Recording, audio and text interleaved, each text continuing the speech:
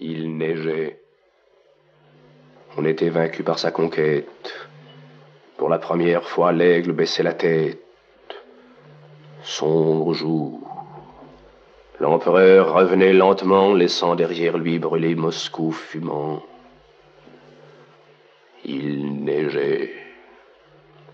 L'âpre hiver fondait en avalanche. Après la plaine blanche, une autre plaine blanche. On ne connaissait plus les chefs ni le drapeau. Hier la grande armée et maintenant troupeau. On ne distinguait plus les ailes ni le centre. Il neigeait. Les blessés s'abritaient dans le ventre des chevaux morts. Au seuil des bivouacs désolés, on voyait les clairons, à leur poste gelés, restés debout, en selle et muets, blancs de givre, collant leur bouche en pierre aux trompettes de cuivre. Boulets, mitrailles, obus mêlés aux flocons blancs pleuvaient. Les grenadiers, surpris d'être tremblants, marchaient pensifs, la glace à leurs moustaches grises. Il neigeait toujours.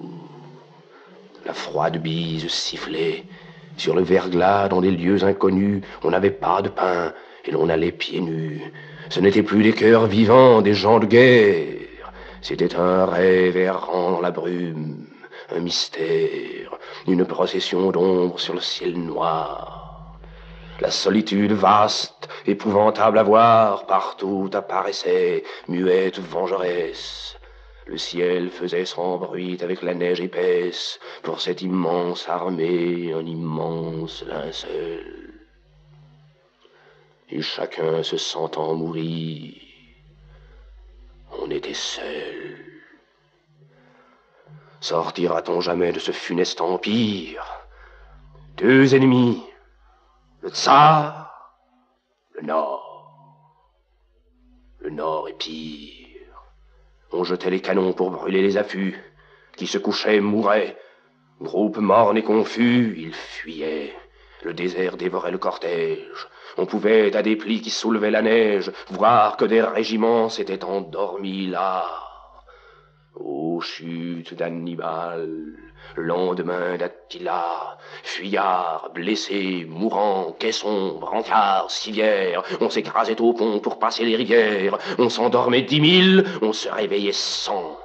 Né, que suivait naguère une armée, à présent s'évadait, disputant sa montre à 3 cosaques. Toutes les nuits qui vivent, alerte, assaut, attaque. Ces fantômes prenaient leurs fusils, et sur eux, ils voyaient se ruer, effrayants, ténébreux, avec des cris pareils aux voix des vautours chauves, d'horribles escadrons, tourbillons d'hommes fauves. Toute une armée ainsi, dans la nuit, se perdait. L'empereur était là, debout, qui regardait.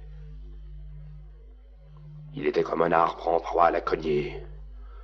Sur ce géant, grandeur jusqu'à l'heure épargnée, le malheur, bûcheron sinistre, était monté.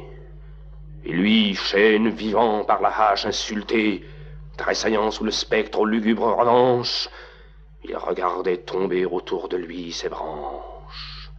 Chefs, soldats, tous mouraient.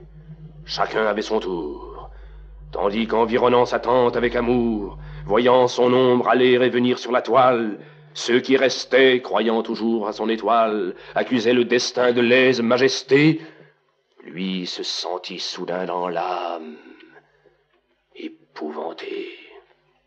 Stupéfait du désastre et ne sachant que croire, l'empereur se tourna vers Dieu. L'homme de gloire trembla.